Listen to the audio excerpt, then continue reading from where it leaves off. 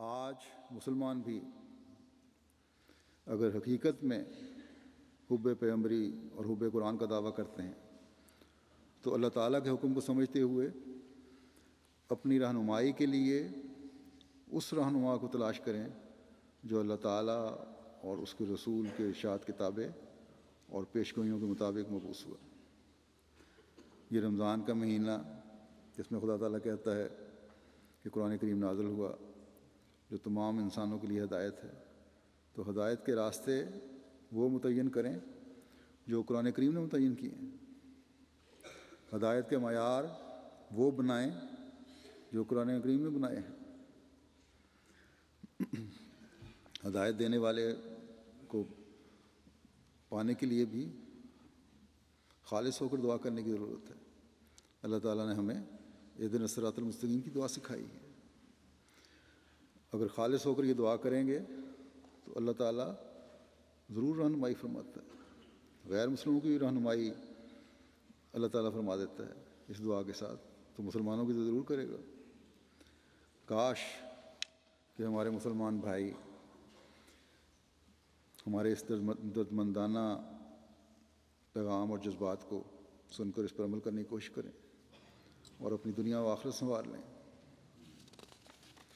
حضرت مسیح موعود علیہ السلام فرماتے ہیں ایک جگہ کہ یاد رکھو قرآن شریف حقیقی برکات کا سرچشمہ اور نجات کا سچا ذریعہ ہے۔ یہ ان لوگوں کی اپنی غلطی ہے جو قرآن شریف پر عمل نہیں کرتے۔ عمل نہ کرنے والوں میں سے ایک گروہ تو وہ ہے جس کو اس پر اعتقاد ہی نہیں اور وہ اس کو خدا تعالیٰ کا کلام ہی نہیں سمجھتے۔ یہ لوگ تو بہت دور پڑے ہوئے ہیں، لیکن وہ لوگ جو ایمان لاتے ہیں کہ خدا تعالیٰ کا کلام ہے اور نجات کا شفا بخش نسخہ ہے، اگر وہ اس پر عمل نہ کریں تو کس قدر تعجب اور افسوس کی بات ہے۔ ان میں سے بہت سے تو ایسے ہیں جنہوں نے ساری عمر میں کبھی اسے پڑھا ہی نہیں۔ بس ایسے آدمی جو خدا تعالیٰ کی کلام سے ایسے غافل اور لاپرواہ ہیں، ان کی ایسی مثال ہے کہ ایک شخص کو معلوم ہے کہ فلاں چشمہ نہایت ہی مصفہ اور شیریں اور خنک ہے، صاف اور میٹھا اور ٹھنڈا پانی ہے، اور اس کا پانی بہت سی امراض کے واسطے اکسیر اور شفا ہے۔ یہ علم اس کو یقینی ہے، لیکن باوجود اس علم کے اور باوجود پیاسا ہونے کے اور بہت سی امراض میں مبتلا ہونے کے وہ اس کے پاس نہیں جاتا۔ تو یہ اس کی کیسی بدقسمتی ہے، یہ اس کی کیسی بدقسمتی اور جہالت ہے۔ اسے تو چاہیے تھا کہ وہ اس چشمے پر منہ رکھ دیتا اور سیراب ہو کر اس کے لطف اور شفا بخش پانی سے حظ اٹھاتا، مگر وہ باوجود علم کے اس سے ویسا ہی دور ہے جیسا کہ ایک بے خبر، اور اس وقت تک اس سے دور رہتا ہے جو موت آ کر خاتمہ کر دیتی ہے۔ اس شخص کی حالت بہت ہی عبرت بخش اور نصیحت خیز ہے۔ مسلمانوں کی حالت اس وقت ایسی ہی ہو رہی ہے۔ وہ جانتے ہیں کہ ساری ترقیوں اور کامیابیوں کی کلید یہی قرآن شریف ہے جس پر ہم کو عمل کرنا چاہیے، مگر نہیں، اس کی پرواہ بھی نہیں کی جاتی۔ ایک شخص جو نہایت ہمدردی اور خیر خواہی کے ساتھ، یعنی اپنے آپ کے بارے میں کہہ رہے ہیں کہ ایک شخص جو نہایت ہمدردی اور خیر خواہی کے ساتھ، اور پھر میری ہمدردی ہی نہیں بلکہ خدا تعالیٰ کے حکم اور ایما سے اس طرح بلاوے تو اسے کذاب اور دجال کہا جاتا ہے۔ اس سے بڑھ کر اور کیا قابل رحم حالت اس قوم کی ہوگی۔ آج بھی یہی حقیقت ہے کہ قرآن کریم پر غور کرنا تو ایک طرف، اکثریت قرآن کریم پڑھنے کی طرف بھی توجہ نہیں دیتی، اور اس بات پر نام نہاد علماء کے ورغلانے سے ان کے پیچھے چل پڑے ہیں کہ قرآن کریم کہتا ہے کہ حضرت صلی اللہ علیہ وسلم خاتم النبیین ہیں اور مرزا غلام احمد قادیانی علیہ السلام نے نبوت کا دعویٰ کیا۔ کاش کہ یہ غور کریں، یہ ہم سے پوچھیں یہ کیا دعویٰ ہے، حق کو پہچاننے کی جستجو کریں۔ ان کے پاس دلیل نہیں ہے، اس لیے علماء نے جماعت پر پاکستان میں خاص طور پر اور باقی ملکوں میں بھی، مسلمان ملکوں میں بعض جگہ پابندی لگائی ہے۔ مسلمانوں کو یہ کہا جاتا ہے کہ ان کی بات سننا بھی کفر ہے، بلکہ بعض یہاں تک کہتے ہیں کہ ان سے اسلام کرنا بھی کفر ہے۔ وہی شدت پسندی اگر عیسائی دکھا رہے ہیں تو یہاں احمدیوں کے بارے میں مسلمان بھی دکھا رہے ہیں، بلکہ عمومی طور پر ایک بہت بڑا ایک گروہ، ایک طبقہ ایسا ہے جو شدت پسندی کا اظہار کر رہا ہے، تو عیسائیوں کو بھی ضرورت پیدا ہوئی ہے۔ بس یہ تو حالت ہے ان لوگوں کی۔ مسلمانوں کو اپنا آپ پہ اتنا بھی یقین نہیں ہے کہ اگر احمدی غلط ہیں تو ان کی غلط بات کو رد کر دیں۔ کیا اتنے خوفزدہ ہیں، اپنے ایمانوں کو اتنا کمزور دیکھتے ہیں کہ احمدی سے بات کریں گے تو ان کے ایمان کمزور ہو جائیں گے اور اسلام چھوڑ دیں گے؟ بہرحال یہ تو ان کے علماء کی باتیں ہیں جن کے پیچھے چل کر عامۃ المسلمین جو ہیں وہ بھی اپنی دنیا آخرت خراب کر رہے ہیں۔ اسی طرح ہم احمدی جو ہیں، ہمارا بھی فرض ہے کہ اپنا حق ادا کریں،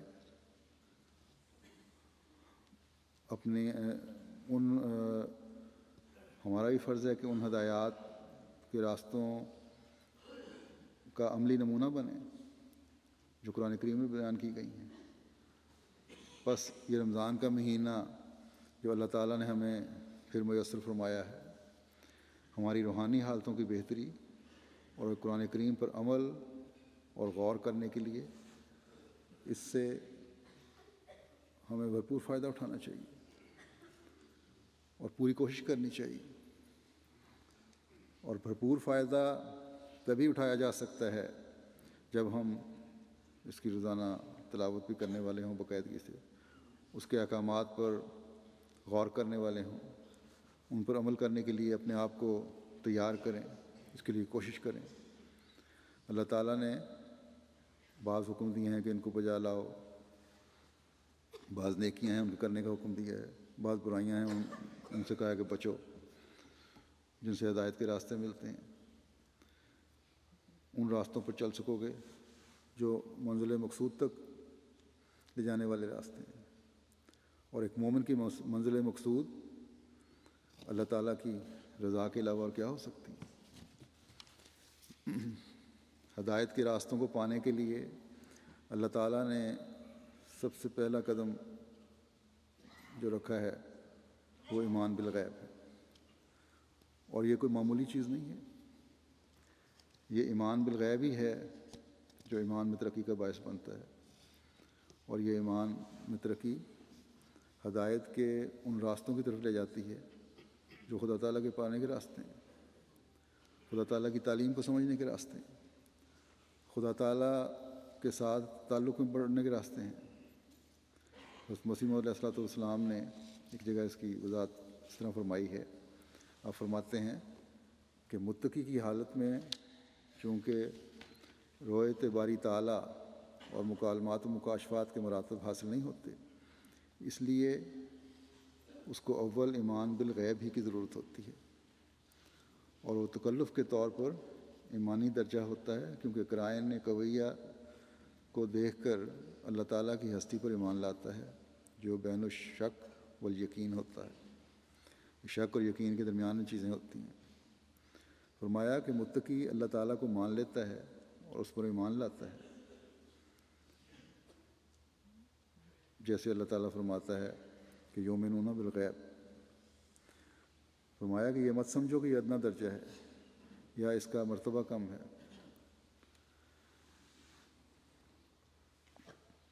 پھر فرماتے ہیں یہ ایمان بالغیب متقی کے پہلے درجے کی حالت اللہ تعالیٰ کے نزدیک بہت بڑی وقت رکھتی ہے۔ حدیث صحیح میں آیا ہے کہ رسول اللہ صلی اللہ علیہ وسلم نے صحابہ سے پوچھا کہ جانتے ہو کہ سب سے بڑھ کر ایمان کس کا ہے؟ صحابہ نے عرض کی کہ حضور آپ کا ہی ہے۔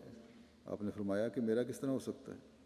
میں تو ہر روز جبرائیل کو دیکھتا ہوں، اللہ تعالیٰ کے نشانات کو ہر وقت دیکھتا ہوں۔ پھر صحابہ نے عرض کی کہ کیا ہمارا ایمان؟ پھر آپ صلی اللہ علیہ وسلم نے فرمایا کہ تمہارا ایمان کس طرح؟ تم بھی تو نشانات دیکھتے ہو۔ آخر خود رسول کریم صلی اللہ علیہ وسلم نے فرمایا کہ جو لوگ 100 سال کے سدہ سال کے میرے بعد آئیں گے ان کا ایمان عجیب ہے، کیونکہ وہ کوئی بھی ایسا نشان نہیں دیکھتے جیسے تم دیکھتے ہو، مگر پھر بھی اللہ تعالیٰ پر ایمان لاتے ہیں۔ غرض خدا تعالیٰ متقی کو اگر وہ اس ابتدائی درجے میں مر جاوے تو اس زمرے میں داخل کر لیتا ہے۔ فرماتے ہیں کہ اس لذت اور نعمت سے بھی اس نے کچھ بھی نہیں پایا ہوتا جو نشانات دیکھ کے ملتی ہے، لیکن پھر بھی وہ ایسی قوت دکھاتا ہے کہ نہ صرف اللہ تعالیٰ پر ایمان ہی رکھتا ہے بلکہ اس ایمان کو اپنے عمل سے بھی ثابت کرتا ہے، یعنی یقیمون الصلاۃ، عمل یہ ہے کہ نمازوں پر قائم ہو جاتے ہیں۔ فرمایا کہ تقویٰ کی اس حالت میں نمازوں میں بھی وسوسے ہوتے ہیں اور قسم قسم کے وہم اور شکوک پیدا ہو کر خیالات کو پراگندہ کرتے ہیں، باوجود اس کے بھی وہ نماز نہیں چھوڑتے اور نہیں تھکتے اور ہارتے۔ بعض لوگ ایسے بھی ہوتے ہیں کہ چند روز نماز پڑھی اور ظنون فاسدہ اور خیالات پراگندہ میں دل میں گزرنے لگے،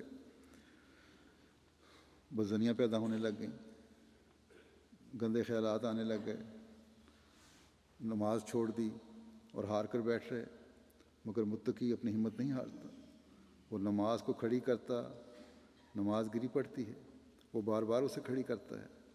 تقویٰ کی حالت میں دو زمانے متقی پر آتے ہیں، ایک ابتلاء کا زمانہ، دوسرا استفاء کا زمانہ۔ ابتلاء کا زمانہ اس لیے آتا ہے کہ تمہیں اپنی قدر و منزلت اور قابلیت کا پتہ مل جائے اور یہ ظاہر ہو جائے کہ کون ہے جو اللہ تعالیٰ پر راست بازوں کی طرح ایمان لاتا ہے۔ اس لیے کبھی اس کو وہم اور شکوک آ کر پریشان دل کرتے ہیں، کبھی کبھی خدا تعالیٰ ہی کی ذات پر اعتراض اور وہم پیدا ہونے شروع ہو جاتے ہیں۔ صادق مومن کو اس مقام پر ڈرنا اور گھبرانا نہ چاہیے بلکہ آگے ہی قدم رکھے۔ فرمایا کہ شیطان پلید کا کام ہے کہ وہ راضی نہیں ہوتا جب تک کہ اللہ تعالیٰ کی ذات سے منکر نہ کرا لے اور رسول اللہ صلی اللہ علیہ وسلم کی رسالت سے روگردان نہ کر لے۔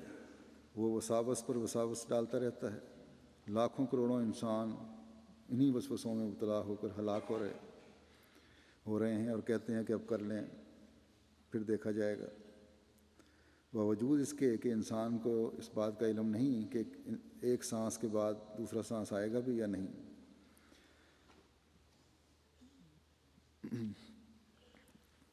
مطلب یہ ہے کہ اب کر لیں پھر دیکھا جائے گا، کہ جو دل میں وسوسہ پیدا ہوا ہے یا خیال پیدا ہوا ہے غلط، اس کو کر لو، دیکھا جائے گا، پھر بعد میں اصلاح ہو جائے گی۔ فرمایا کہ باوجود اس کے انسان کو اس بات کا علم نہیں کہ ایک سانس کے بعد دوسرا سانس آئے گا بھی یا نہیں، لیکن شیطان ایسا دلیر کرتا ہے کہ وہ بڑی بڑی جھوٹی امیدیں دیتا اور سبز باغ دکھاتا ہے۔ شیطان کا یہ پہلا سبق ہوتا ہے، مگر متقی بہادر ہوتا ہے، اس کو ایک جرأت دی جاتی ہے کہ وہ ہر وسوسے کا مقابلہ کرتا ہے۔ اس لیے یقیمون الصلاۃ فرمایا، یعنی اس درجے میں وہ ہارتے اور تھکتے نہیں، اور ابتداء میں انس اور ذوق اور شوق کا نہ ہونا ان کو بے دل نہیں کرتا، وہ اسی بے ذوقی اور بے لطفی میں بھی نماز پڑھتے رہتے ہیں یہاں تک کہ سب وساوس اور اوہام دور ہو جاتے ہیں، شیطان کو شکست ملتی اور مومن کامیاب ہو جاتا ہے۔ غرض متقی کا یہ زمانہ سستی کا زمانہ نہیں ہوتا بلکہ میدان میں کھڑے رہنے کا زمانہ ہوتا ہے، وساوس کا پوری مردانگی سے مقابلہ کرے۔ بس ان دنوں میں جب ہر ایک کو نمازوں کی طرف بھی توجہ پیدا ہوئی ہے، اللہ تعالیٰ کے فضل سے مسجدیں بھی بھری ہوئی ہیں، شیطان کے ساتھ مقابلے میں پوری طاقت صرف کر دینی چاہیے۔ جب یہ صورت پیدا ہوگی کہ شیطان کے مقابلے میں اللہ تعالیٰ سے مدد چاہ رہے ہوں گے، خدا تعالیٰ سے مضبوط تعلق پیدا کرنے کی طرف قدم بھی اٹھ رہے ہوں گے، جب خدا تعالیٰ سے مضبوط تعلق بھی بڑھیں گے، جب یہ کوشش ہوگی تب ان ہدایت کے راستوں کی طرف بھی رہنمائی ملے گی جو خدا تعالیٰ نے قرآن کریم میں نازل فرمائے ہیں، جو بیان فرمائے ہیں۔